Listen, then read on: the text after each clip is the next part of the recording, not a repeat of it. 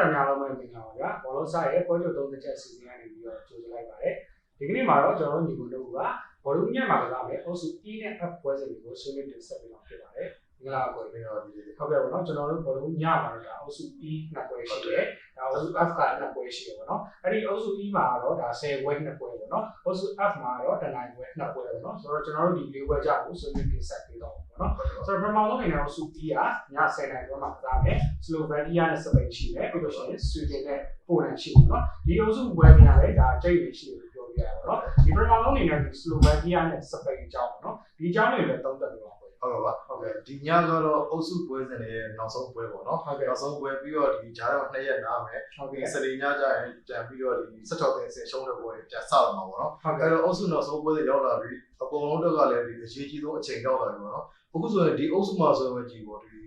ီဟိုဆွေးတဲ့တဲ့မျိုးပေါ့နောက်တစ်ဆင့်တက်ဖို့တည်ကြပြီးတော့ပေါ့နော်ကျန်တဲ့3သင်းကမတည်ကြသေးဘူးအဲ့ဒီထဲမှာအသင်းကြီးအခုစပိန်ပေါ့နော်စပိန်ဆိုတဲ့အသင်းကြီးအခုတည်းကိုဒီအာမကကြမရသေးဘူးပေါ့နော်တည်ကြရင်ထွက်ကမယ်နိုင်မှနောက်တစ်ဆင့်တက်မှာဆိုတော့အားလုံးတော့ကတော့ဒီညပွဲတွေကတော့တော်တော်လေးအရေးကြီးရပေါ့နော်ဟုတ်ပထမဆုံးဒီစလိုဗက်ကီးယားနဲ့စပိန်နှစ်သင်းလုံးကမျှော်လင့်ချက်အသီးသီးရှိရဲစလိုဗက်ကီးယားကလည်းဒီပွဲနိုင်ရင်သူနောက်တစ်ဆင့်တက်ဖို့မျှော်လင့်နောက်ဆင့်တက်နိုင်မှာပေါ့နော်စပိန်ကတော့ဖြစ်မနေနိုင်ပွဲရမှဖြစ်မယ်တကယ်လို့ကတည်ကြရင်ရှုံးသွားရတော့လုံးဝဒီအုပ်စုဆင်းရတယ်ထွက်ကမှာပေါ့နော်ပထမဆုံးဒီစလိုဗက်ကီးယားအကြောင်းကိုပြောလို့စလိုဗက်ကီးယားတော့ပုံမှန်တိုင်းပဲသူတို့ကဒီခက်ဆက်အားသားကြောင့်အဓိကထားပြီးကစားရတယ်ရှေ့တန်းမှာဟမ်စစ်ကိုအဓိကထားပြီးတော့တိုးအောင်တမ်မတိုက်စစ်တွေနဲ့ဆော့တယ်ပေါ့နော်ဟုတ်ကဲ့အခုလို့ဆိုဒီပွဲမှာလည်းစပိန်ကိုလည်းဒီပုံစံနဲ့ဆက်ကစားတော့များတယ်ဟုတ်ကဲ့ပါဟုတ်ကဲ့ဟိုတော့စလိုဗက်ကီးယားအနေထားတော့ဒီဘယ်လိုဖြစ်သူကစပိန်ထက်တာပေါ့နော်ဒီတမက်ကအတားရတယ်ဒါမျိုးဆိုတော့မထင်မှတ်ဘူးပေါ့နော်မထင်မှတ်တဲ့အခြေအနေလို့ပြောလို့ရတယ်တစ်ဖက်ကဒီစပိန်ကတော့ဒါရှေ့နှစ်ပွဲကတည်ကြတဲ့အနေထားဆိုတော့ဒီပွဲကသူ့အနေနဲ့ကတော့ဖြစ်မနေနိုင်ဖို့အနေထားပေါ့နော်ဒီအရေးကြီးတယ်လို့ပြောလို့ရတယ်နော်ဒါနဲ့ဘယ်လိုဖြစ်ဒီစလိုဗက်ကီးယားဆိုတာလည်းပြောပြမယ်ခြေစမ်းမာတော့နော်သူ့ရဲ့ကစားသမားတွေကိုယ်တိုင်ကဒါကျန်တဲ့မှုတားပေးတဲ့ကစားတွေကစားသမားတွေဆိုတော့စပိန်နေနဲ့ကမလွယ်ဘူးပေါ့နော်ဘာလို့မလွယ်ဘူးလို့ဘာလို့ပြောလဲဆိုတော့ပြီးခဲ့တဲ့ပွဲတွေမှာကြည့်လိုက်စပိန်ရဲ့ကစားတွေကြည့်လိုက်နည်းနည်းပျော့တယ်ဟုတ်တယ်ကစားသမားတွေကစားတာပျော့တော့ပေါ့နော်ဒီမမတန်တန်မရှိဘူးကစားတဲ့ပုံစံအားလို့အားမရပုံစံပေါ့နော်ဒီနည်းနည်းလေးကျန်တဲ့မဆော့ပုံစံမျိုးလေးသွားတွေ့ရတယ်ဆိုတော့တစ်ဖက်ကလည်းဒီခုပြန်ပွဲပြန်ရမယ့်ပြန်ဘက်ကလည်းစလိုဗက်ကီးယားလည်းဒီနည်းနည်းမမတန်တဲ့ကစားတဲ့အသင်းဖြစ်ပြီးတော့လွယ်ပါမလားပေါ့နော်ဒီလိုလေးတစ်ချက်သွားပြီးစဉ်းစားပြီးတော့နော်အဲ့ဒီစပိန်ရဲ့အနေထားကလည်းဘယ်လိုပြောရမလဲအရင်နှစ်တရားလည်းမတူဘူးနော်အားလုံးကလည်းလောလောဆယ်ဝင်ဖက်နေကြတဲ့အနေထားမျိုးစပိန်အသင်းရဲ့ခြေကအားရစရာမရှိဘူးနော်ကျန်တဲ့အသင်းကြီးတွေရှင်လိုက်တယ်ဆိုတ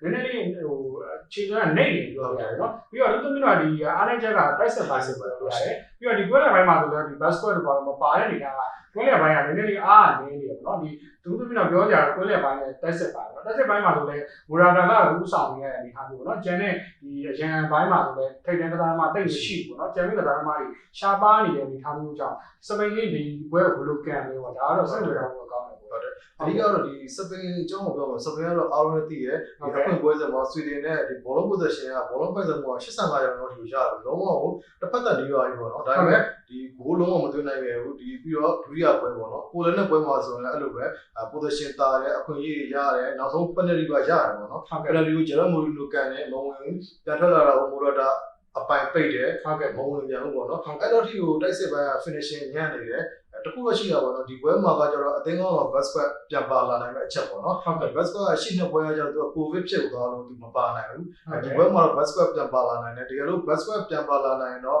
့ဒီလူငယ်ပွဲနဲ့လူ P3 ပေါ့နော်သူကတော့အရင်ကောင်းရောက်သွားနိုင်တယ်အဲ့တော့စပိန်ကွန်းတွေကတော့နည်းနည်းလေးပိုကောင်းလာတဲ့အနေအထားရှိတယ်ဒီပွဲကလည်းမဖြစ်မနေအနိုင်ကစားမဲ့ပွဲဆိုတော့စပိန်တွေနဲ့အရင်လိုမျိုးဘယ်လိုပြောရမလဲအရင်အပေးပြီးတိတ်မလို့တော့လည်းအခွင့်အရေးရတာနဲ့ကံပေါ့နော်အဲ့လိုလူကလူကြောင်းမှုတွေလိုအပ်နေတယ်နှုံးမရင်ဒီစလိုဗက်ကီးယားတော့ဒီထုံးတဲ့တိုင်းပဲခန်းစစ်ပိတ်ကစားမယ်မမထန်းကစားမယ်ခက်ချမ်းချမ်းပေါ့နော်ခက်ချမ်းချမ်းကစားမယ်ရရင်ရသလိုတမ်မတိုက်စစ်ဆင်မယ်ပေါ့နော်ဒါသူတို့တို့ကတော့ဒီမီပြူကလည်းပေါ်လာမှာတေးကြတယ်နောက်ပြီးတော့စလိုဗက်ကီးယားဒီဘက်မှာတေးကြတယ်သူတို့ကအုပ်စုနောက်တစ်ဆင့်တက်မှာပေါ့နော်ဒါဆိုမှ၄မှတ်ဆိုတော့အုပ်စုအပေါင်းတက်ရတယ်မှာပါဖို့ကတေးကြသွားလိမ့်မယ်ပေါ့နော်အုပ်စုဒုတိယမရရင်တော့မှာပေါ့နော်တတိယမှာပါနေတယ်ဆိုတော့သူတို့တို့ကတော့တေးတမှတ်ရဖို့တော့ကတော့ဒီပိတ်ကစားလာမှာတေးကြတယ်အဲ့တော့ဒီစလိုဗက်ကီးယားရဲ့ခန်းစစ်ပိတ်ကစားမှုကို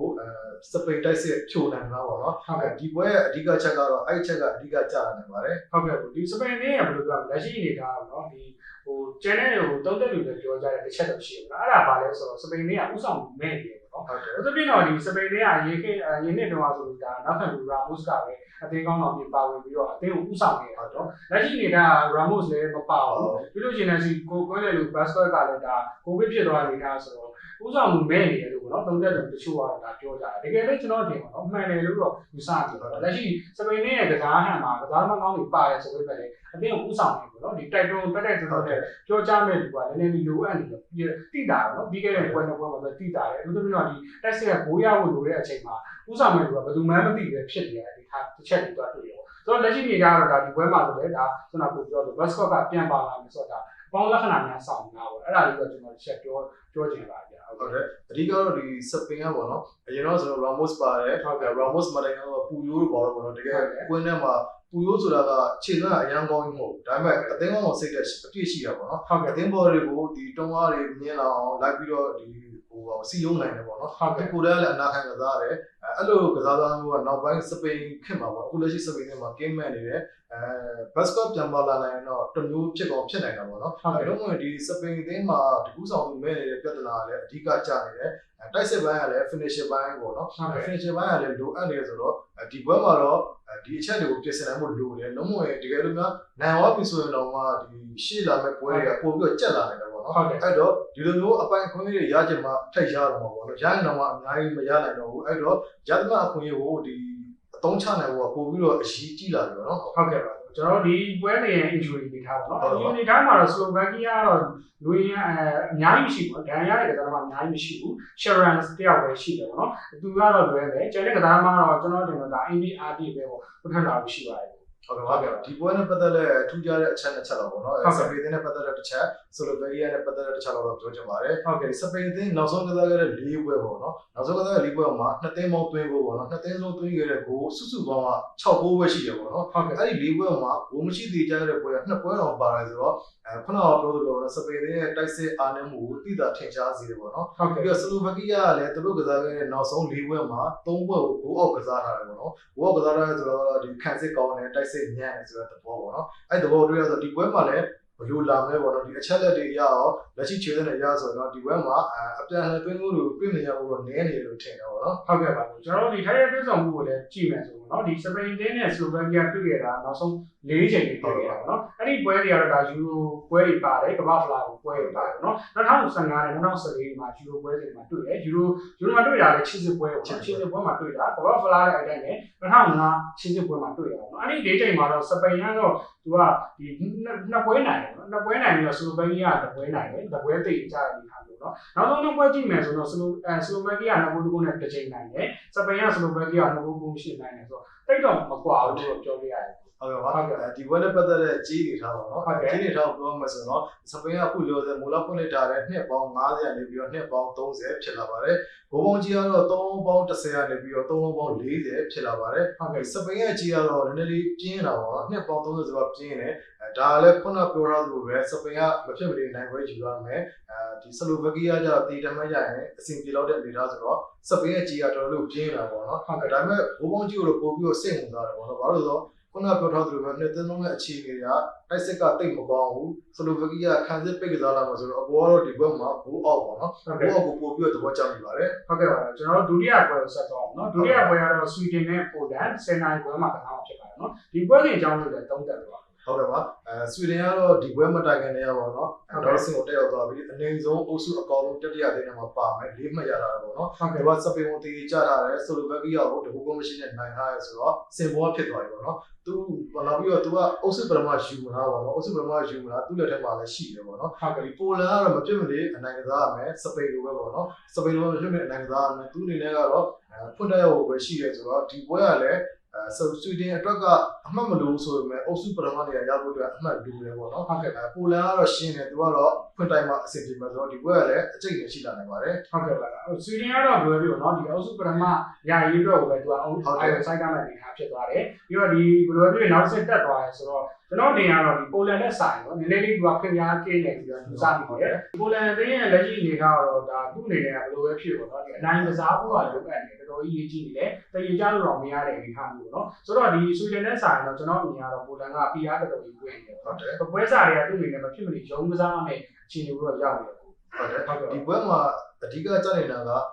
ဆွေဒင်ခံစစ်ကိုပိုလန်တိုက်စစ်ဖိအားပေးနိုင်မှာပေါ့နော်ထိုးပေါက်နိုင်မှာပေါ့နော် ဟုတ်ကဲ့ အဲ့တော့ဆွေဒင်ကအခုချိန်ဒီကိုဂိုးမပေးရသေးဘူးဒီအခုလေဒီအဖွင့်ပွဲသမားဆိုလဲစပိန်ကိုဂိုးမရှိသေးကြတာပဲတဲ့ ဟုတ်ကဲ့ ပြီးခဲ့တဲ့ဒီဆလိုဗက်ကီးနဲ့ပွဲမှာလဲ1-0နဲ့နိုင်ရတယ်ဆိုတော့ဒီပွဲမှာဆွေဒင်ခံစစ်ပဲပေါင်းမှုဒီပိုလန်တိုက်စစ်ထိုးပေါက်နိုင်မှာပေါ့နော် ဟုတ်ကဲ့ တခုလည်းရှိရသေးတယ်ဘာလဲဆိုတော့ပိုလန်တက်ကနည်းနည်းလေးအားတက်ဆရာဘာလဲဆိုတော့အဓိကတက်စမှုလီယိုဒိုစကီဂိုးသွင်းနိုင်တဲ့ချက်ပေါ့နော် ဟုတ်ကဲ့ ဂိုးပြီးသွားတဲ့ချက်ဆိုတော့သူကဒီယုံကြည်မှုလည်းပြန်ပြီးတော့ရှိလာပြီဆိုတော့ဒီပွဲမှာလည်းအသင်းကလည်းလက်ဖက်နဲ့နိုင်ပွဲရဖို့လိုအပ်နေတယ် ဟုတ်ကဲ့ ဒီလီဗာဒိုစကီကလည်းဂိုးမြူလာပြီဆိုတော့ဒီပိုလန်ပရိသတ်တွေအတွက်ကတော့ညှို့လက်ချက်ကတော့ပို့ပြီးတော့ရှိတာတော့အမှန်ပါပဲ ဟုတ်ကဲ့ပါအဓိကတော့သူတို့စူဂျင်နဲ့ပိုလန်เนาะဒီကစားသမားအင်အားကြီးမပြတ်မတိတ်မရင်လေးပေါ့နော်မတိတ်မရင်လေးပြောလို့ရတယ်တိုက်စမိုင်းကြည့်မယ်ဆိုတော့ဒါစူဂျင်ဘက်မှာဆို first back ဒါ ESET တို့ပါလို့ရှိတယ်เนาะဒီဘက်ပိုလန်မှာဆိုလဲဒါ Zelensky တို့ဒီဝတ်တော်စကီတို့လည်းရှိတာဆိုတော့တိတ်တော့မကွာဘူးလို့ပြောရအောင်เนาะဒီ17ယောက်ကိုရှင်းလိုက်မယ်ဆိုအရင်ကြီးမကွာဘူးခြေစွမ်းကလည်းအရင်ကြီးစူးစူးအောင်မဟုတ်ဘူးเนาะပိုလန်ကလိုရဲပြီးတမက်တာရထားတယ်ဆိုပေမဲ့လေကစားအရင်မညံ့တော့မနဲ့လို့ပြောလို့ရတယ်ဆွေဒင်ကလည်းဒီတိုင်းတော့ထိုက်ဆုံးမှာဦးဆောင်နေဆိုမဲ့လေတခြားသိရင်လည်းစာတိတက်တတာမဟုတ်ဘူးဆိုတော့ဒီပွဲကတကယ်ကိုအကျိတ်နေရှိတယ်เนาะခြေကလည်းမတောင်းလို့နည်းနည်းလေးမတိတ်မင်းလေးဆိုတော့ကျိတ်နေရှိတယ်ကျွန်တော်တို့စမိတယ် ဟုတ်တယ်အဓိကတော့ဒီပိုလန်အနေနဲ့ကတော့ပေါ့နော်ဒီဘက်မှာအနိုင်ရဖို့လိုတယ်ဒါတော့ဒီဘက်မှာသူတို့အနိုင်ရပြီးတော့တစ်ဖက်ဘက်မှာစပိန်နဲ့ဒီဆလိုဗက်ကီးယာပွဲပေါ့နော်သူတို့ပွဲကတည်ရင်မကြောက်ဆိုတော့သူတို့ဒီပိုလန်အုပ်စုဒုတိယရမှာပေါ့နော်တကယ်လို့ဟိုဘက်မှာတည်ကြအောင်မယ်ဆိုရင်လည်းဒီပိုလန်အကောင်းဆုံးအုပ်စုတတိယထဲမှာ၄မှတ်နဲ့ပေါ့နော်၄မှတ်နဲ့ပါဖို့များတယ်ဘာလို့လဲဆိုတော့ဒီအော်စတြီးယားတို့ဘာလို့ကဒီတတိယနဲ့ဒီ၃မှတ်ပဲရတာဆိုတော့သူတို့ကတော့ပြုတ်ပွဲပြီးသိကြတယ်ဟုတ်ကဲ့၄မှတ်ရပြီဆိုတာနဲ့အုပ်စုတတိယအကောင်းဆုံး၄သင်းနဲ့မှာပါဖို့များသွားပြီဆိုတော့ပိုလန်အနေနဲ့ကတော့ဒီဘက်မှာနိုင်ဖို့လိုအပ်တယ်ဆွီဒင်ကတော့အုပ်စုကတက်ပြီးသားဘယ်လိုပြောမလဲသူကနိုင်ရင်တော့အုပ်စုပထမပေါ့နော်အုပ်စုပထမဆိုတော့လမ်းကြောင်းလည်းခြောက်သွားနိုင်တယ်အဲ့တော့ဆွီဒင်ကလည်းသူကအရှုံးတော့ခံမှာမဟုတ်ဘူးပေါ့နော်လက်ရှိကောင်းနေတဲ့စုဖွဲ့မှုကိုဆက်ပြီးထိန်းနိုင်ဖို့အတွက်ဒီဘက်မှာလည်းအားကုန်ရုံးကစားလိုက်တယ်ဒီ ESA တို့ဘာလို့ဆိုတာလဲတကယ်ကောင်းတယ်ပေါ့နော်တကယ်ကောင်းတယ်ဆိုမှွေနှောက်နိုင်တယ်ဆိုတော့ဒီဘက်ပိုလန်ခံစစ်ကလည်းပြောမလို့အရင်မကောင်းဘူးပေါ့နော်အရင်မကောင်းတဲ့အချိန်မှာဒီဘက်မှာတော့ဘယ်လိုပြောမလဲစပိန်ပွဲနဲ့မတူဘဲနဲ့တွင်းဖို့တွေမြတွေ့ရဖို့များတယ်လို့ထင်တယ်ပေါ့နော်ဟုတ်ကဲ့ပါအဓိကတော့ဒီပိုလန်ရဲ့ညှော်လေးကြောင်နော်ညှော်လေးကဘာရှိတယ်ဆိုတော့ကျွန်တော်တို့ဒီပြီးခဲ့တဲ့ပွဲတွေမှာဆိုလဲဒါအုပ်စု B ရပါတော့အုပ်စု B ရဒိန်းမတ်တင်းဆိုလဲဒါဘယ်လိုပြောလဲတတိယပွဲမှာကစားနေနေကသူကအောက်ဆုံးအဆင့်မှာရှိနေခဲ့တာညှော်လေးတက်ကခိုက်ရေးပဲရှိတယ်ပေါ့နော်ဒါပေမဲ့လည်းဒီနောက်ဆုံးပွဲမှာကိုပြက်နေတယ်လို့ဒါနောက်ဆက်တက်သွားတဲ့နေအားမျိုးပြီးတော့လက်ရှိပိုလန်ကလည်းဒီလိုညှော်လေးချက်ကြီးညှော်လေးလို့ရတယ်နော်ဟုတ်တယ်သူကလက်ရှိတက်မှတ်တာရတယ်ဆိုပေမဲ့ဆွေးနွေးဖို့သာနိုင်ခဲ့မယ်ဆိုရင်ဘယ်လိုဖြစ်ဖြစ်ဒါအုပ်စုတက်မဲ့နေထားမျိုးဆိုတော့ဒါဒီဘယ်လိုလဲဒိန်းမတ်လိုမျိုးစွမ်းဆောင်ပြနေတာကျွန်တော်ဆက်ပြီးတော့ကြည့်ရမှာပေါ့ဟုတ်ကဲ့ပါကျွန်တော်ဆက်ပြီးတော့ဒီ injury ကြောင့်เนาะ injury မှာတော့ဒီဆွေရင်ကြောင့်ကိုပြောမှာဆိုတော့ဒါဒီကတက်ဆက်မှု Ibrahimovic ကတော့ဒီဈေးမှာပါတယ်ဒါပေမဲ့တော့လက်ရှိချိန်ကြီးတော့နိုင်ငံမကောင်းနေတဲ့အတွက်တော့သူ့အနေနဲ့ဒီဘက်ကိုလဲချုံပါတော့เนาะဟုတ်ကဲ့ပါပြီးတော့ကျွန်တော်တို့7 bus ပေါ့နော်7 bus လည်းမပါဘူးကျွန်တော်သိရတယ်ဆိုတော့ဆွေရင်မှာလွဲမှာ2ယောက်လုံးပဲတော့ဒီပါတယ်ဒီပိုလန်မှာကတော့ဒီတိုက်စစ်ပန်းကစားသမားတွေတော့အများစုကတော့နားနေတယ်ဟုတ်ကဲ့ဒီ PR တက်တို့ကျွန်တော်သိရပေါ့နော်ကျွန်တော်သိရ PR တက်တို့မီလစ်တို့ဘာလို့ဒီဘက်ကိုတေချာပေါ့လွဲချော်မှာပြီးတော့လည်းဘီလစ်လည်းလွဲမှာပေါ့နော်တိတ်ပြီးတော့မတေမချဖြစ်နေတာမှာတော့မိုတာကတော့တိတ်ပြီးတော့မတေမချဖြစ်နေတယ်တေချာပေါ့လွဲမှာကတော့ဒီကျွန်တော်တို့ရဲ့ဒီနာမည်တိတ်မစိမ့်နေပေါ့နော် PR တက်တို့ဒီမီလစ်တို့ကဒီဘက်မှာတေချာပေါ့လွဲချော်မယ်အဲ့တော့ထုံးတဲ့တိုင်းပဲဒီပိုလန်တိုက်စစ်ကလီဗာဒိုစကီကိုအထောင်ထားမယ်ဟုတ်ကဲ့ဇီလင်စကီတို့ကတော့နောက်ကနေရန်ကစားမယ်ပေါ့နော်အဲ့လူစင်းနဲ့ပဲပို့ထွက်လာဖို့များပါတယ်ဟုတ်ကဲ့ပါကျွန်တော်တို့ပြီးတော့ဒီပွဲစဉ်ရဲ့ထူးခြားချက်ရှိတယ်ပါထူးခြားချက်တွေထည့်ရတဲ့စုံမှုရှိတယ်ကိုထူးခြားချက်တွေပြောတာတော့ဟုတ်ကဲ့ပါဒီဆွီဒင်အသင်းကပေါ့နော်နောက်ဆုံးကစားတဲ့9ပွဲမှာ9ပွဲနိုင်ခဲ့တယ်အဲ့ဒီ9ပွဲစလုံးလည်းပေးဖို့မရှိနိုင်ခဲ့တာဆိုတော့ခုနပြောတော့ဆွီဒင်ခံစစ်ကတော့အရန်ကောင်းတယ်ပေါ့နော်ဒီပိုလန်ကလည်းဒီထိပ်ထိပ်တွေ့ဆုံမှုမှာဒီဆွီဒင်နဲ့ရင်ဆိုင်ခဲ့တဲ့နောက်ဆုံး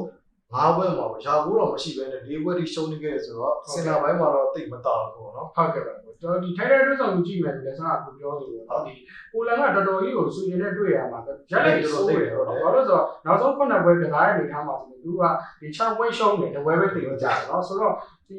ဘယ်လိုပြောလဲဆွေရင်နဲ့တွေ့တိုင်းမှာသူကဟိုမှန်ဆိုတော့သူကဒီနှစ်သိန်းကတိတ်ချီတော့မကွာတယ်ပေါ့ဒါပေမဲ့လည်းစင်တာပိုင်းကဆွေရင်တော်တော်ကြီးကိုပြတ်တက်တယ်ကွာတာဆိုတော့ထူးခြားရတယ်လို့ပြောလို့ရတယ်ပြီးတော့ဒီနောက်ဆုံး3ပွဲတော့ကြည့်မယ်ဆွေရင်ကပိုလန်ဘယ်လိုနိုင်တာလဲဆိုတော့3-2 2-0 3-0ပေါ့နော်အဲ့လိုမျိုးတွေနိုင်တာဆိုတော့တော်တော်တော့ထူးခြားရတယ်ပြောလို့ရတယ်ဒီဘောပေါ့နော်ဒီရုရှားနိုင်ငံစိတ်ပီတာစပတ်မျိုးမှာကျင်းပမှာဖြစ်တယ်အဲ့တော့အေရှင်အားသားတွေကဘယ်တဲမှမရှိဘူးပေါ့နော်အခုလောဆယ်တော့ဒီဂျေးပွန်းလူမျိုးကတော့ဒီပိုလန်နေပြီးတော့ level 10ရပြီးတော့အခုလောဆယ် level 25ဖြစ်လာပါတယ်ဘိုးဘုံကျတော့2နှုတ်80ရနေပြီးတော့2နှုတ်40ဖြစ်လာပါတယ်ဒီပွဲကကြည့်ရလဲငှရတယ်ပေါ့နော်ပိုလန်မဖြစ်ဖြစ်နိုင်ပွဲရဖို့လိုအပ်နေတယ် ဆွေနေရကြတော့တေတော့ရရင်တော့မဆိုးဘူးပေါ့နော်အဲ့တော့ဒီဘက်မှာပိုလန်က20ကျော်အစိတ်ပေါ့နော်ကြားအစိတ်ကျော်ပြထားတော့မျှတပါတယ်အခုကဒီဘက်မှာ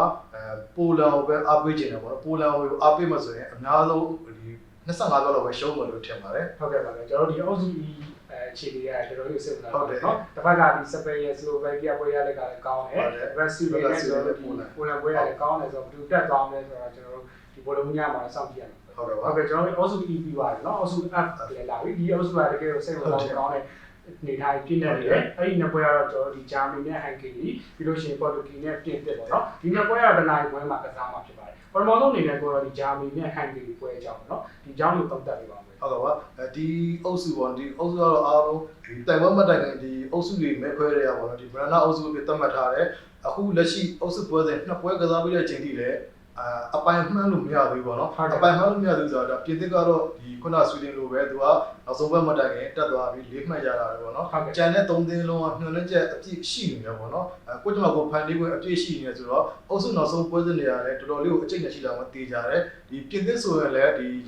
ယူရိုပါပေါ့နော်ကိုစက်ဘူးဂျပန်စားတော့အတင်းသူတို့ကလည်းအုပ်စုပရမရအောင်လည်းဖို့အတွက်အမှတ်လိုအပ်နေတယ်တစ်ဖက်ကဒီလက်ရှိချန်ပီယံပေါ်တူဂီတို့ဒီကမ္ဘာ့ဖလားချန်ပီယံဟောဂျာမနီကလည်းပြန်ပြီးတော့ရလက်တွေပြန်ကောင်းလာတယ်ပေါ်တူဂီဆိုလည်းပြန်ပြီးတော့လိုထားဖို့လိုအပ်နေတယ်ဟန်ဂရီကလည်းမထင်မပဲနဲ့ဒီဖြတ်လာနေတယ်ဆိုတော့ဒီညဒီနောက်ကျဘက်နှစ်ပွဲရပေါ့နော်တော်တော်လေးကိုအကျိတ်နဲ့ရှိတာမှသိကြပါတယ်ဟုတ်ကဲ့ပါအဓိကတော့ဂျာမနီနဲ့ဟန်ဂရီထားတော့ဘယ်လိုပဲဖြစ်ဖြစ်ပေါ့နော်ဂျာမနီကတော့နောက်တစ်ဆင့်တက်ဖို့တော့ရေပန်းစားတာပေါ့ဘယ်လိုလဲနိုင်ဖို့လဲရေပန်းစားတယ်ဒါပေမဲ့လည်းဘယ်လိုပဲဖြစ်ပေါ့နော်ဟန်ဂရီ short တက်လို့မရဘူးသူအနေနဲ့ဒါပြင်သစ်နဲ့ပွဲမှာလည်းအားလုံးသိကြပါပေါ့နော်ပြည်သက်အင်အားနဲ့ရောသူအနေနဲ့အရင်ဆုံးတော့ဘိုးသွင်းပြီးတော့ဒီကန်သွားတဲ့အနေအထားမျိုးဆိုတော့မစိုးဘူးပေါ့နော်ဒါဂျာမနီ short တက်လို့ရှိရင်ဒါနောက်တစ်ဆင့်တော့ပြုတ်သွားမယ့်အနေအထားမျိုးဘယ်လိုဖြစ်ဟန်ဂရီကသူကတမတ်ရလာပြီးတော့ဒီပွဲမှာလာနိုင်တယ်ဆိုသူကနောက်ဆက်တက်မဲ့အနေအထားမျိုးလေးညှို့လင်းချက်ကလည်းရှိနေတော့ဒီဂျာမနီ short တက်ရင်တော့မှားသွားမှာပေါ့နော်ဒါပေမဲ့လည်းဘယ်လိုဖြစ်ပါဂျာမနီရဲ့ခြေစွမ်းကတော့လက်တော်မှာတော့ကောင်းတယ်လို့ပြောလို့ရပါတော့သူ့အနေနဲ့ဖွင့်ပွဲချိန်မှာတော့ပြင်သစ်ကိုရှုံးခဲ့တယ်ဆိုပေမဲ့လည်း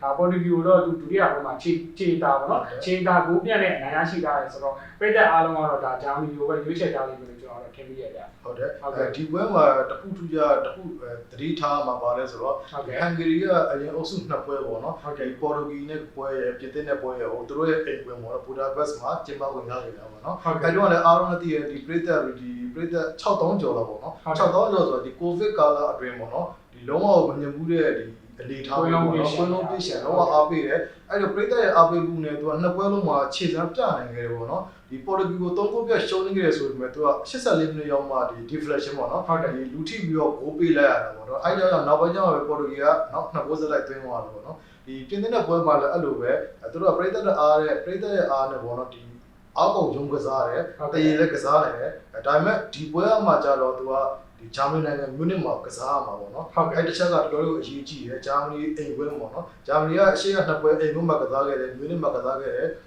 ပြင်သစ်ကိုခြေစွမ်းရတယ်မရှင်နိုင်ပေါ့နော်1-0ဂိုးနဲ့ရှုံးတယ်ဒါပေမဲ့ပေါ်တူဂီနဲ့ပွဲမှာတော့ခြေရလည်းတာတယ်ဂိုးရလည်းရတယ်ပွဲရလည်းရတယ်တာတယ်ပေါ့နော်အဲ့တော့ဒီပွဲမှာဂျာမနီကအိမ်ရှင်လည်းဖြစ်တယ်ပြီးတော့လည်းလက်ရှိခြေစွမ်းပိုင်းကစားမအင်အားပိုင်းနဲ့တောင်းတင်းနေရဆိုတော့ဟန်ဂရီနေနဲ့ကတော့တိတ်မလွယ်တော့ဘူးလို့ကိုကတော့ထင်တယ်ပေါ့နော်ဟုတ်ကဲ့ပါအဓိကတော့ဒီကွင်းရပေါ့နော်ဒီ alliance မှာကစားမှာဆိုတော့ဒီဝဲပြီးဂျာမနီကတော့တာတယ်ပြောလို့ရတယ်ဒါပေမဲ့တခုတော့ရှိတယ်ပေါ့နော်ကျွန်တော်ဒီ injury ဂျာမနီရဲ့ injury ပေါ့နော်ဂျာမနီ injury ကြည့်လိုက်တဲ့အချိန်မှာနည်းနည်းတော့စိတ်ပူလို့ရတယ်နော်ဘာလို့လဲဆိုတော့ဒီဂျာမနီရဲ့ injury စိမ်းမှာဆိုရင်ဒီကစားသမားတွေနည်းနည်းလေးပါနေတယ်သူပြတော့ဒီမူလာတို့ပေါ့နော်ဒီ Klusterman တို့ပြီးလို့ရှိရင်ကျွန်တော်တို့ရှိနေတယ် Hammer တို့ပြီးလို့ရှိရင် Gundogan Gnabryဒီလိုကစားသမားတွေကချက်ခံမှုမပြည့်ဘူးကျွန်တော်သိရတယ်နော်။ပြီးတော့တေချာပေါက်လွယ်ရမယ့်ကစားသမားမူလာပေါ့နော်။ကစားသမားပေါ့နော်။မူလာကဒီပြီးခဲ့တဲ့နှစ်ပွဲမှာလည်းထုတ်သုံးခဲ့တာဆိုတော့ဒီဘက်မှာမူလာမပါဘူးဆိုတော့သူ့နေရာအစားထိုးဖို့ကစားသမားတယောက်ကတော့ဝေစားကစားနိုင်ထားမျိုးနော်။ပြီးတော့လည်းဒီဂျာမနီရဲ့ first line မှာပါတဲ့ဒီ Hammer တို့ Gundogan တို့ Gnabry တို့ကလည်းချက်ခံမှုမပြည့်ဘူးကျွန်တော်သိရတယ်။ပြီးတော့ဒီမနေ့ကဆင်းခဲ့တဲ့ဂျာမနီရဲ့ training မှာဆိုလည်းသူတို့၄ယောက်ကလွဲသွားတယ်နော်မပါဘူးလို့ကျွန်တော်သိရတယ်ဆိုတော့နည်းနည်းတော့စိုးရိမ်စရာတော့ကောင်းတယ်နော်ဒီကတော့ချက်ခံမှုပိုင်းနော်ဒါပေမဲ့လည်းဘယ်လိုဖြစ်ပါဂျာမနီကသူကဒီပွဲမှာအနည်းဆုံးသိရတမတ်တော့ရနေတယ်ဆိုပြီးသူကနောက်တစ်ဆင့်ကိုတက်မယ်နေထားမျိုးဆိုတော့ကျွန်တော်တင်တော့နည်းနည်းလေးပေါ့နော် PR ကင်းနဲ့ကစားပြီးတော့ပြတိပြတာလုပ်တယ်နော်ဒီပုံမှန်လေးပဲကစားပြီးတော့ဒီဟိုတိုက်စစ်ကိုထိုးပေါက်နေတယ်ကိုရဖို့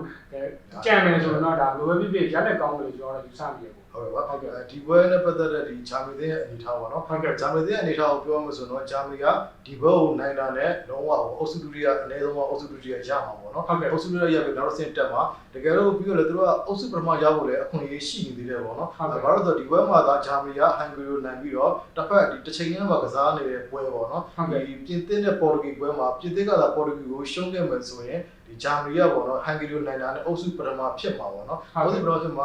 ာဂျာမနီတို့ကတော့တိတ်တော့မလွယ်ဘူးပေါ့နော်နည်းနည်းခဲရင်းနေပေါ့နော်ဖြစ်တော့မဖြစ်နိုင်ဘူးဒါပေမဲ့လိုအပ်မရနေတယ်ပြောရမှာဆိုတော့ဒီဘွဲမှာရှုံးသွားရင်တော့ဂျာမနီရှုံးသွားရင်တော့ဘယ်လိုတော့ဒီတိုင်ပွဲတွေထွက်ကြပါပေါ့နော်အုပ်စုတတိယတော့အုပ်စုတတိယရရင်တော့မှသုံးမှတ်တယ်ဆိုတော့ဒီအကောင်းဆုံးတတိယလေးတွေနဲ့မပါနိုင်တော့ဘူးပေါ့နော်ရှုံးတာတော့တိတ်မရှုံးနိုင်ဘူးပေါ့နော်ဒါပေမဲ့လိုအပ်မရနေတဲ့ဒါဖြစ်နိုင်ရှိတဲ့အချက်ကိုထည့်သွင်းပြောကြတာပါဒီဟန်ဂေရီကလည်းနောက်ဆက်တော့အခွင့်အရေးရှိနေတာပေါ့နော်သူကလည်းဒီဘောနန္ဒာနဲ့တခြားပွဲရလက်ကိုကြည့်ကြမလို့ပဲနဲ့နောက်ဆင့်ကိုတက်မယ်တရေကြလို့တော့မရဘူးတရေအရှုံးစစ်တာသူလည်းအိမ်ပြန်ပါပေါ့နော်ဟုတ်ကဲ့ပါကျွန်တော်တို့အဓိကအနေထားကတော့ဘယ်လိုပဲဂျာမနီဘက်မှာတော့များတယ်ပေါ့နော်သူကတမက်ရအောင်နေသူကနောက်ဆင့်တက်မယ်အနေထားမျိုးပြီးတော့လေကစားသမားအနေနဲ့အခြေခံအနေထားပြီးတော့ဒီပွဲမှာလည်းကစားမယ်အနေထားမျိုးတွေကရှိနေတာဆိုတော့ဂျာမနီဘက်ကတော့တော်တော်လေးတော့လေးတာလေးပြောလို့ရတယ်ဟုတ်ကဲ့ပါဒီပွဲနဲ့ပတ်သက်တဲ့ထူးခြားတဲ့အချက်တွေပေါ့နော်ဒီထူးခြားတဲ့အချက်တွေပြောရမှာဆိုတော့ဒီဂျာမနီတင်းကပေါ့နော်နောက်ဆုံးယူရိုပေါ့နော်ယူရိုဆိုတာခြေစစ်ပွဲလည်းပါတယ်တကယ်အခုလိုမျိုးနောက်ဆုံးဆင့်လည်းပါတော့ပေါ့နော်ယူရိုကစားခဲ့တဲ့နောက်ဆုံး10ပွဲမှာဆိုရင်9ပွဲထိကိုတပွဲနေဆုံး2ပွဲသွင်းခဲ့တယ်ပေါ့နော်ဟန်ဂရီကလည်းနောက်ဆုံးကစားခဲ့တဲ့10ပွဲမှာ9ပွဲထိကိုဘိုးသွင်းနိုင်ခဲ့တာဆိုတော့ဒီပွဲမှာအပြန်အလှန်သွင်းမှုတွေဖြစ်လာမလားပေါ့နော်တစ်ဖက်ကဂျာမနီကလည်းတိုက်စစ်ကောင်းတယ်ပြီးတော့လည်းဟန်ဂရီကလည်းတိုက်စစ်ဖွင့်ကစားတဲ့တင်းဆိုတော့ဒီဘက်မှာတော့ဒီအပြာဟန်သွင်းကိုလေးနဲ့ပြည်သက်ကိုဖြောပြပေးကြတယ်လို့ပြောရလို့ထင်ပါတယ်ဟုတ်ကဲ့ပါအဓိကလည်းဒီဂျာမနီရဲ့ဒီလက်ရှိပေါ့နော်ဖူဘက်တွေကအခြေခံပြနေတာဆန်လို့ပြီးတော့ကျွန်တော်ကင်မစ်ရှိုးရတယ်တော်ကြီးဟိုဒါအခြေခံပြနေတဲ့ဒီကားမျိုးဆိုတော့ဂိုးတွေတော့မြင်ရမှုတော့ရှိတယ်ဟုတ်တယ်ဟုတ်ကဲ့ပါကျွန်တော်ဒီဆက်ကဒီနေ့တည်းရဲ့ထိရတဲ့ဆိုတော့ရှိသေးတယ်ဒီနေ့နဲ့ထိုင်တဲ့တွေ့ဆုံမှုကတော့သူကဒီနောက်ဆုံး3ပွဲပဲတွေ့ခဲ့တာပေါ့နော်ကျွန်တော်တို့သိရတော့3ပွဲတွေ့ခဲ့တဲ့အနေထားတွေကလည်း friendly ပွဲတွေပဲဖြစ်တယ်အဓိကကျွန်တော်တို့ဒီ official ပွဲတွေမဟုတ်ဘူးပေါ့နော်မဟုတ်ဘူးအဲ့ဒီဒါမှတော့ဂျာမနီကကြီးပဲတာခဲ့တာပေါ့နော်ဂျာမနီက3-0လေ2-0 2-0ဒီလိုမျိုးနိုင်ခဲ့တာကြီးတော့တွေ့ရတယ်ဆိုတော့စင်နာအပြင်တော့ဂျာမနီကတော့တာခဲ့ပါတယ်ဟုတ်ပါဘူးဒီပွဲနဲ့ပတ်သက်တဲ့ကြီးနေထားပါတော့ကြီးနေထားကိုပြောမှဆိုတော့ဂျာမနီကအင်ရှင်လည်းဖြစ်တယ်အတင်းကြီးစင်းလည်းဝင်တယ်ဒီကလည်းပိုတောက်တယ်ပေါ့နော်အဲကြောင့်မလို့ဂျာမနီကကြိုးမှုနည်းနည်းပြင်းနေပါတယ်ဂျာမနီကမူလပွင့်လက်ထားတဲ့နှလုံးသေးရတယ်ပြီးတော့ခုရောတဲ့နှလုံး20အရှုံးပေါ့နော်နှလုံး20အရှုံးဖြစ်လာပါတယ်ဘုံဘုံကြီးကလည်း3-35နဲ့ပြီးတော့3-60ဖြစ်လာပါတယ်အကောတော့ဒီဘက်မှာဂျာမနီနိုင်ဖို့များတယ်ပေါ့နော်အနည်းဆုံး2ကိုပြလောက်နိုင်မယ်လို့ထင်တယ်အဲကြောင့်ဒီဘက်မှာတော့တန်းနဲ့လောက်ရင်းပြီးတော့ဂျာမနီဘော်ဒီပေါ့နော်ဂျာမနီဘော်ဒီပဲအကြိုက်တွေ့မိပါတယ်ဟုတ်ကဲ့ပါကျွန်တော်တို့ဒီဒါအုပ်စု F ရဲ့ပထမပွဲပေါ့နော်ဒုတိယပွဲကလည်းတကယ်ကိုကောင်းတဲ့ပွဲတစ်ပွဲပေါ့နော်ကျွန်တော်တို့အဲ့ပွဲကိုဒေတာဆွေးနွေးသွားမယ်အဲ့ဒီပွဲကတော့ပေါ်တူဂီနဲ့ပြင်သစ်တင်ပွဲတယ်နော်ဒီပွဲတွေအကြောင်းကိုတောင်းတပြီးတော့ဟုတ်ပါဒီပွဲပေါ့နော်ဒီဂျီရိုရဲ့လက်ရှိချန်ပီယံပေါ်တူဂီနဲ့ကမ္ဘာ့ဖလားလက်ရှိချန်ပီယံပြင်သစ်ပေါ့နော်သူတို့နှစ်သိန်းရဲ့ဒီနောက်ဆုံးအဆုံးဖြတ်ပွဲပေါ့နော်ရေကိုရေကန်းပွဲပြင်သစ်ကဒီနောက်တစ်ဆင့်ကိုတက်ရောက်ထားပြီဆိုပေမဲ့သူတို့ကအုပ်စုပထမရဖို့လိုအပ်နေသေးတယ်ပေါ့နော်လိုအပ်နေသေးတယ်တစ်ဖက်မှာဒီပေါ်တူဂီပေါ့နော်ပေါ်တူဂီကလည်းရှုံးလို့မဖြစ်ဘူးရှုံးလုံးပြီပထမပွဲမှာတော့ဂျာမနီကိုဂိုးပြတ်ရှုံးတဲ့အတွက်ကြောင့်မို့လို့ဒီပွဲမှာရလက်ကောင်းမှုလိုအပ်နေတယ်အဲ့တော့ဒီလိုအသေးချင်းတင်းထိတဲ့အတွက်ဆိုတဲ့ပွဲကတော်တော်လေးအကျိတ်နဲ့ရှိတာမှသိကြတယ်လူစင်းအရာလည်းနှစ်သိန်းကအရန်တောင်းတယ်ပေါ့နော်ပေါ်တူဂီဆိုရင်လည်းသူကနာမည်သားဒီလူစင်းအရာပေါ့နော်နာမည်ကြီးတာမပါတာတကယ်ကြတော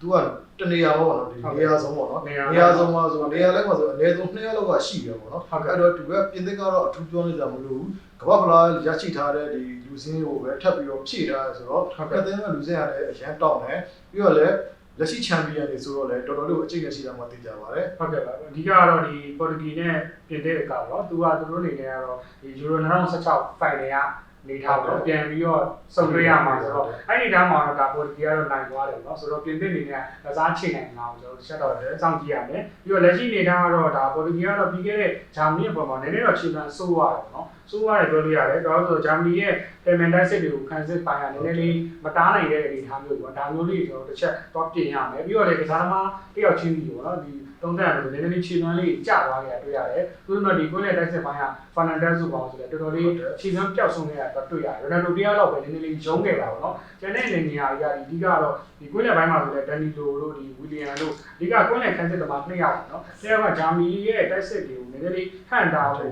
မထိန်နိုင်ဘူးဖြစ်သွားတယ်နော်အဲ့ဒါလေးတစ်ချက်တော့ပြင်နေခြင်းနဲ့ဒီဘွဲမှာပြင်သစ်ကလည်းဒီလိုပဲပေါ့နော်တမ်မန်တိုက်စစ်ကောင်းတဲ့ကစားသမားတွေပါတယ်ပေါ့နော်ဥပမာဆိုရင်ကွင်းနဲ့ပိုင်းမှာနေကန်ဒီလိုကစားသမားမျိုးကရှေ့ကိုပြင်းတက်ပြီးတိုက်စစ်နဲ့ချိတ်ဆက်တဲ့ကစားသမားမျိုးဆိုတော့မလွယ်ဘူးပေါ့နော်သူတို့ဒါလေးဟန်တာဖို့လိုတယ်ပြီးတော့ဒီဘက်တောင်မန်ကမပီလို့ပါလို့ဆိုလဲဒါအသိရအားလုံးသိတဲ့အတိုင်းပဲပြင်မြင်လာတဲ့ကစားသမားတွေဆိုတော့လေဒ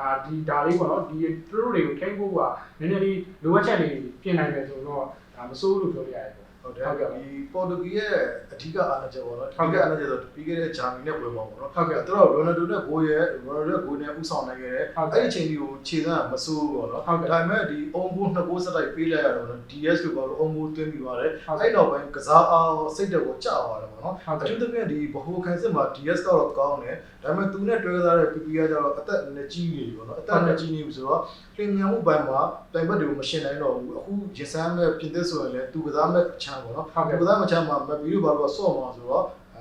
့ရှင်းနိုင်ပါမလားပေါ့နော်အပြင်းလုံးချင်းမရှင်းနိုင်တဲ့အချိန်မှာဥပမာဒီ form ball တွေပါဖြစ်လာနိုင်တယ်ပေါ့နော်ဖြစ်လာနိုင်တယ်ဆိုတော့ပေါ်တူဂီနဲ့ဒီယာကိုပြင်ဆင်နိုင်ဖို့လိုအပ်နေတယ်ပြီးတော့လည်းကိုယ်နဲ့ခန်းစစ်ကလည်းဒီ cover ဟိုလိုဘာလို့ဆိုတာကနည်းနည်းလေးတယ်ပေါ့နော်ဟုတ်ကဲ့လေသူတို့ရဲ့ငကိုကစားဟန်ဟောလေးတယ်ပြီးတော့လည်းကစားတဲ့နေရာကလည်းလေးတဲ့နေရာတော့တော့ပိုဆိုးရတယ်ပေါ့နော်ဟုတ်ကဲ့ကန်လီဆိုရင်တော့မပြောနဲ့ပေါ့နော်ဒီကန်လီကတော့ညံတယ်နေရာတွေလည်းကောင်းတယ်ပေါ့နော်အဲ့တော့ပေါ်တူဂီကကျတော့ဒီကွင်းလေခန်းစစ်လည်းလိုတယ်ပြီးတော့လည်းကွင်းလေတိုက်စစ်ပိုင်းပေါ့နော်ဒီ Fernandez ပြီးတော့လည်းဘာနာဒိုဆေးပါပေါ့နော်ဟုတ်ကဲ့ရိုနယ်ဒိုတယောက်တော့ပဲကောင်းကောင်းမကစားနိုင်ခဲ့တယ်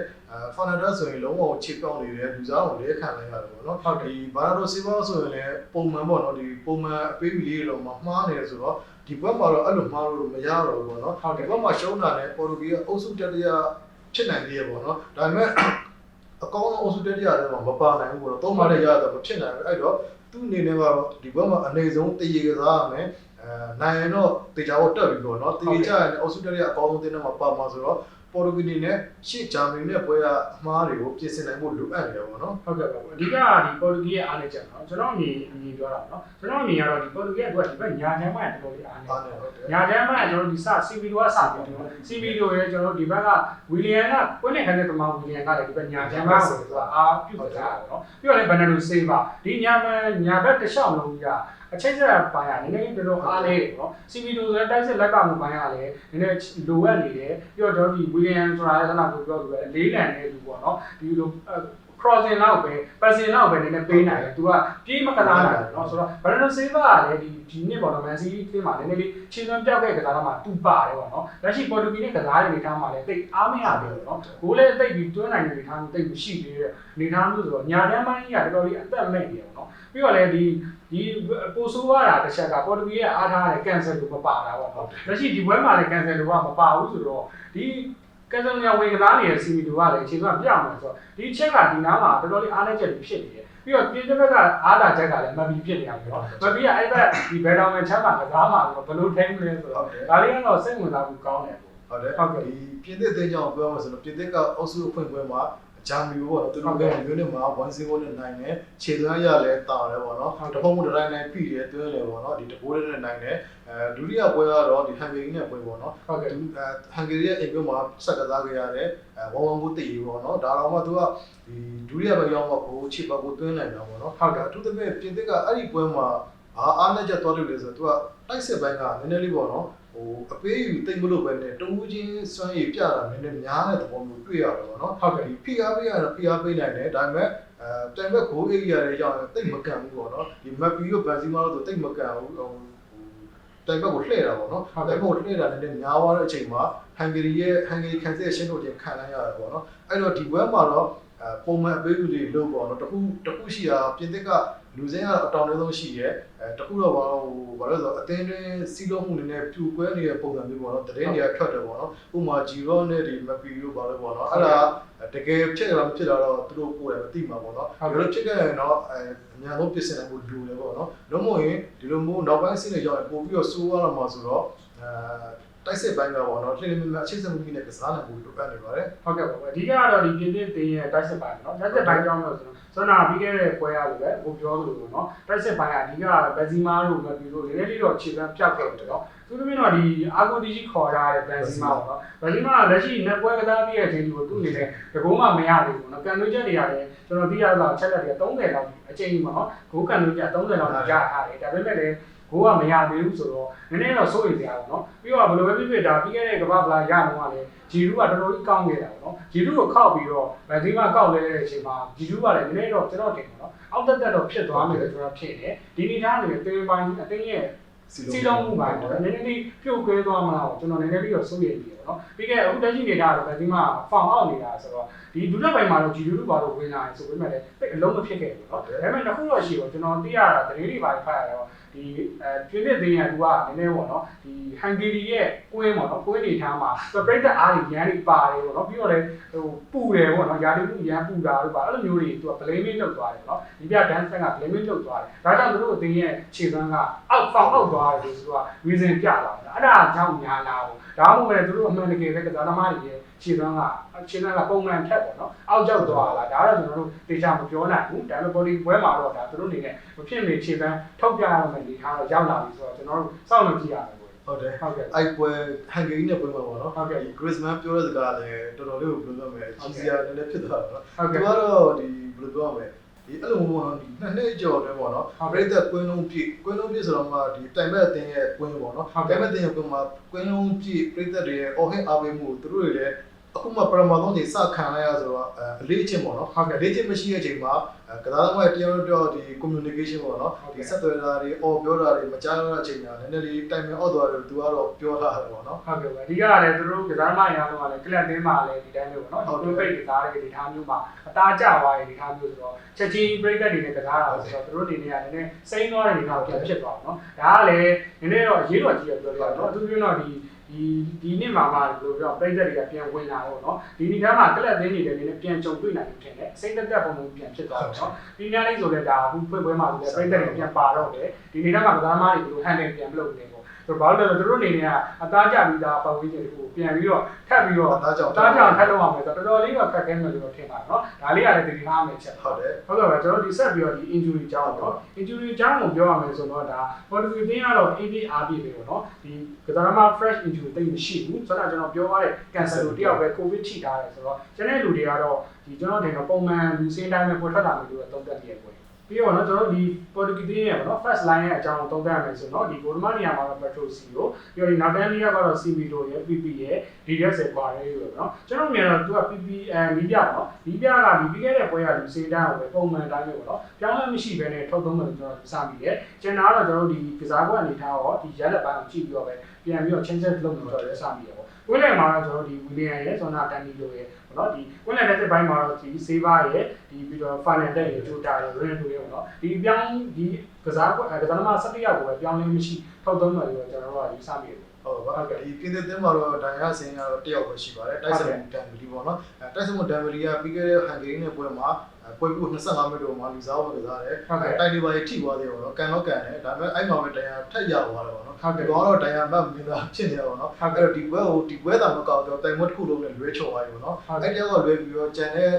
တင်သားတွေကတော့အားလုံးလည်းလမ်းရှိနေပါတယ်ဒီပြည်သက်တင်းရဲ့လူစင်ကိုခံမှန်းရမယ်ဆိုတော့ပြည်သက်ကတော့ပုံမှန်တိုင်းပဲ4-3-1ပေါ့နော်4-3-1ပုံစံနဲ့3ကနိုင်တယ်သူကဘန်ဇီမာကိုဒီပြန်ခေါ်လိုက်တဲ့အတွက်ကြောင့်မို့ရှေ့ရန်တိုက်စစ်ကို2ယောက်ထားလိုက်တာပေါ့နော်ဘိုဒမနေရာကတော့ဒီအတင်းကောင်းတော့လိုတဲ့ပဲဖြစ်ပါတယ်ဒီဘဲညာခန်းစစ်ပေါ့နော်ဘဲညာတောင်းမှခန်းစစ်မှာတော့ဘေဘချမ်းမှာတော့ဟာနက်ဒက်ပြန်ပါလာတယ်လို့နော်ဒီကနေ့ဟန်ဂေရီနဲ့ပွဲမှာတော့ဒီပလီယာပါလာတယ်ဒါပေမဲ့ဒီပွဲမှာကြာရတော့ဒီဟာနက်ဒက်ကိုပဲပြန်သုံးပါပေါ့နော်ဒီဘက်ညာဘချမ်းမှာတော့ပုံမှန်တိုင်းပဲဘိုင်ယန်မြူနစ်ရဲ့ perfect ရှိပါမယ်ဒီဘိုခန်းစစ်အတွင်းမှာကျတော့ကင်ပန်ပီနဲ့ဒီဘာလာဒီပေါ့နော်တကယ်ဒီအဓိကနောက်ခံအတွဲကိုပဲ73နိုင်မှုများပါတယ်ဒီကွင်းနဲ့ဘဲမှာကျတော့ကွင်းနဲ့ခန်းစစ်ကတော့အားလုံးသိပြီးသားအတိုင်းပဲကန်တီဖြစ်ပါတယ်ဒီဘဲညာတိုက်စစ်ကိုကွင်းနဲ့တိုက်စစ်နေရာတော့ကတော့ရာဖီရောရှိမယ်ဘဲချမ်းမှာဆိုရင်ပေါ့ပါရှိပါမယ်ဒီအထောင်တိုက်စစ်မှု2ယောက်ပေါ့နော်မပီနဲ့ဒီပန်စီမာရဲ့နောက်မှာဒီနောက်ချန်တိုက်စစ်မှုနေရာပေါ့နော်နောက်ချန်တိုက်စစ်မှုဖြစ်ဂရစ်မန်ကပေါ်ထွက်လာနေပါတယ်ဟုတ်ကဲ့အဓိကတော့ကျွန်တော်ဒီလူစင်းရနော်လူစင်းရဲ့ဒီပွဲတော်ကိုနေတာကြည့်မယ်ဆိုတော့ဒီနှစ်သိန်းရဲ့က ဒီပုံစံကတော့သူကကစားဟန်ပေါ့ကစားဟန်ကိုဒီလူခင်းချင်းပိုင်းကနည်းနည်းလေးအပြောင်းလဲလေးလက်ပြင်းလုံးလုပ်ထားတယ်ပေါ့နော်သူကဒီပေါ်တူဂီဘိုင်းမှာဆိုကျွန်တော်အမြင်ကပြီးခဲ့တဲ့နှစ်ပွဲမှာဆိုလို့ရှိရင်တက်စစ်ပိုင်းပေါ့အဲ့ဒီဘက်မှာဆိုဒီဘက်ကဘန်နယ်ဆေးဘာရဲ့ဂျူတာရဲ့ပြီးတော့ဒီ final တဲ့ရဲ့ Ronaldo ပေါ့နော်ဒီတည်းကကျွန်တော်အမြင်ကတော့သူကတိတ်မမိဘူးခံစားရတယ်ပေါ့နော်ဂျူတာတို့ဒီဘန်နယ်ဆေးဘာလို့ဆိုတော့တူလေးပေါ့နော်ဒီလိုကျွတ်ကြီးဆွဲပြီးတော့ဒီတိုင်းပဲကန်တင်ပြေးပုံမျိုးစောင့်နေလာအောင်မရတယ် Ronaldo နဲ့လည်းတိတ်ပြီးတော့ဒီတွဲဖက်တိတ်တာတွေတိတ်မရှိဘူးနော်ဒါပြီးခဲ့တဲ့ဂျာမနီပွဲမှာဂျူတာနဲ့ Ronaldo ပေါင်းပြီးတော့ဘိုးသွင်းတာတွေ့ရတယ်ဒါပေမဲ့ပွဲချိန်ပြေးပေါ့နော်ကျွန်တော်ကလည်းကတော့တိတ်ပြီးတော့တွဲဖက်တာနားလည်းမရှိဒါကတော့တိတ်မတွေ့ရဘူးကျွန်တော်ကတော့ပိုကြိုက်တာတော့ဒီကျွန်တော်ဆောင်းပြောသွားတာတော့ first line ကတော့သူ positive line ရတယ်ကျွန်တော်ကြိုက်ရတော့ကျွန်တော်ကဒီ Ronaldo ဒီဘက်ဂျိုတာအချမ်းမှာထားတယ်ပေါ့နော်ပြီးတော့ထောင်တက်တဲ့လူနေရာမှာဆိုလို့ရှိရင် Andy Silva တို့ပါရှိတယ်ကျွန်တော်မြင် Ronaldo ကသူ့ကို marking ကတ်ထားတိတ်ပြီးတော့မလုံနိုင်တာပေါ့နော်ပြီးတော့ Ronaldo ရဲ့အန်ဝင်ဆုံးညာကကျွန်တော်ဒီဂျိုတာရဲ့ player ပေါ့နော်ဘယ်တောင်မှန်မှာဆိုသူပို့ပြီးတော့လုံးလက်ကစားရတယ်ဒီ inside ပေါ့နော်ဒီ penalty အတွင်းထဲကိုဝင်ပြီးတော့ဆွဲပြေးပြီးတော့ကန်တာပေါ့နော်ဒီလိုမျိုးလေးရ Ronaldo ကပိုကောင်းတယ်ကျွန်တော်စားပြီးတော့နော်ပြီးတော့လည်းဒီ Andy Silva ကိုရှေ့မှာထားလိုက်မယ်ဆိုလို့ရှိရင်ဝယ်ပြပြန်မဲ့ကစားသမားရဲ့ Andy Silva ကို marking ကတ်မှာ Ronaldo လည်းလွတ်ထွက်ပြီးတော့ချိန်ပြီးရမယ်ကျွန်တော်သုံးသပ်နေတာအခုလက်ရှိနေတာဂျိုတာကကျတော့နည်းနည်းလေးထိုးဖောက်ရတာခက်နေပေါ့နော်သူကလူကောင်သေးတဲ့အတွက်ဘက်ကပြန်မဲ့ကစားသမားလူကောင်ကြည့်ရင်သူ့အနေနဲ့ဖောက်ထွက်မရတာကြီးပေါ့နော်ပြီးတော့လည်းလက်ရှိနေတာ Ronaldo နဲ့လည်းတိတ်ပြီးတော့တော်တော်မမိဘူးနော်ပထမဆုံးပွဲမှာဆိုတိတ်တာနော်ပိတ်သက်တွေကဝေဖန်အောင်ခံရရတယ်နော်ဂျိုတာ Ronaldo လူမပေးဘူးပါညာအဲ့လိုမျိုးတွေတော်တော်ကြီးဝေဖန်ခံရနေတာသူဒုတိယပွဲမှာလည်းသူတို့နှစ်ယောက်ကတွင်းနေဆိုပေမဲ့လည်းပွဲချိန်ပြည့်ပြီးပါနားလို့မရှိဘူးကစားသွားတာတော့ကျွန်တော်တိတ်မတွေ့ရအောင်ဆိုတော့ဒီဟာလေးကလည်းတော်တော်ကြီးဘက်ကအားနေလို့ကျွန်တော်သုံးသပ်နေတယ်ဟုတ်ပါဘူးဒီပွဲနဲ့ပတ်သက်တဲ့ထူးခြားတဲ့အချက်တွေပေါ့နော်ထူးခြားတဲ့အချက်တွေလို့ပြောမှဆိုတော့ပေါ်တူဂီအသင်းကစားခဲ့တဲ့နောက်ဆုံး6ပွဲမှာ၄ပွဲကနှစ်သင်းစုံပေါ့နော်တိုင်ပဲဘောသူတို့ဘောသွင်းတဲ့၄ပွဲလေးရှိခဲ့ပါတယ်ဒီပြင်သစ်ကလည်းနောက်ဆုံးကစားခဲ့တဲ့9ပွဲမှာ9ပွဲထိအနည်းရှိထားပါတယ်ဟုတ်ကဲ့ကျွန်တော်ဒီနှစ်သင်းရောနော်ခိုင်တဲ့ဆောင်မှုကိုကြည့်မယ်ဆိုတော့လေဒါသူတို့နှစ်သင်းကတိတ်ပြီးတော့သူ့တပြန်ကိုယ်ပြန်နော်တိတ်မတာဘူးပေါ့နော်ပြီးနောက်ဆုံးဒီ9ပွဲမှာကြည့်မယ်ဆိုရင်ပြင်သစ်သင်းကတကူကုန်းရှိနိုင်တယ်တေးဝဲကြလာတယ်ပြီးလို့ရှိရင်ပေါ်တူဂီကလည်းတကူကုန်းရှိနဲ့ပြန်နိုင်တယ်ပြီးလို့ရှိရင်ပြင်သစ်ကလည်းတကူကုန်းရှိနဲ့ပြန်နိုင်တယ်နော်ပြီးတော့နောက်တစ်ပွဲကျတော့လည်းပေါ်တူဂီက2ဂိုးနဲ့ပြင်သစ်ကိုပြန်နိုင်တယ်ဆိုတော့သူ့တပြန်ကိုယ်ပြန်နိုင်တာကိုတွေ့ရတယ်ဆိုတော့တိတ်တော့မပေါ့လို့ပြောရရတယ်ဟုတ်ပါဘူးဒီပွဲနဲ့ပတ်သက်တဲ့ကြီးတွေထားပါတော့ဟုတ်ကဲ့ကြီးတွေထားကိုပြောလို့ဆိုတော့ဒီပွဲကိုကြတော့ဟန်ဂေရီနိုင်ငံဘူဒါပက်စ်မြို့မှာကျင်းပမှာဖြစ်ပါတယ်အဲ့တော့အာတာအေရှင်အာတာတဲ့ဘူးမှမရှိဘူးပေါ့နော်ဟုတ်ကဲ့အခုတော့ပြည်သစ်ကနေပြီးတော့ level 25နဲ့ပြီးတော့ level 50ဖြစ်လာပါတယ်ဘိုးဘုံကြီးကလည်း2နှုတ်900နဲ့ပြီးတော့2နှုတ်35ဖြစ်လာပါတယ်ဒီပြည်သစ်ကကြီး level 50ကတော့ညရတယ်ပေါ့နော်ပေါ်တူဂီကနောက်ဆုံးဂျာမနီနဲ့ပွဲမှာခြေစွမ်းလည်းတိတ်မကောင်းဘူးဘိုးပြက်လည်းရှုံးသွားတယ်ဆိုတော့ဒီပွဲမှာပြည်သစ်ကနေပြီးပြန်ပြီးတော့အကျိုးပေးထားတာပေါ့နော်အပေါ်ကလည်းဒီပွဲမှာပြည်သစ်ကိုပို့ပြီးတော့သဘောကျမိရဲ့သူတို့အနေနဲ့ယူရို2006ဘိုလီပွဲရှုံးပြီးကိုပြန်ပြီးဆက်လိုက်နိုင်မယ်ဘောတော့ထင်ပါတယ်ဟုတ်ကဲ့ပါဗျာဟုတ်ကဲ့ပါကျွန်တော်ညီကိုသူဆွေးနွေးတင်ဆက်ထားခဲ့တာတော့ Euro အုပ်စု E ရဲ့ F လို့ရဲ့ပွဲစဉ်တွေပဲဖြစ်ပါတယ်ကျွန်တော်ဘောလုံးဆိုင်ရဲ့အရာပေါ်သုံးတဲ့ချက်တွေကိုဘောလုံးဆိုင်ရဲ့ YouTube ဘောလုံးဆိုင်ရဲ့ application ဘောလုံးဆိုင်ရဲ့ Facebook တွေမှာလည်းအစီအမံပြကြည့်ရှုလို့ရနိုင်မှာဖြစ်ပါတယ်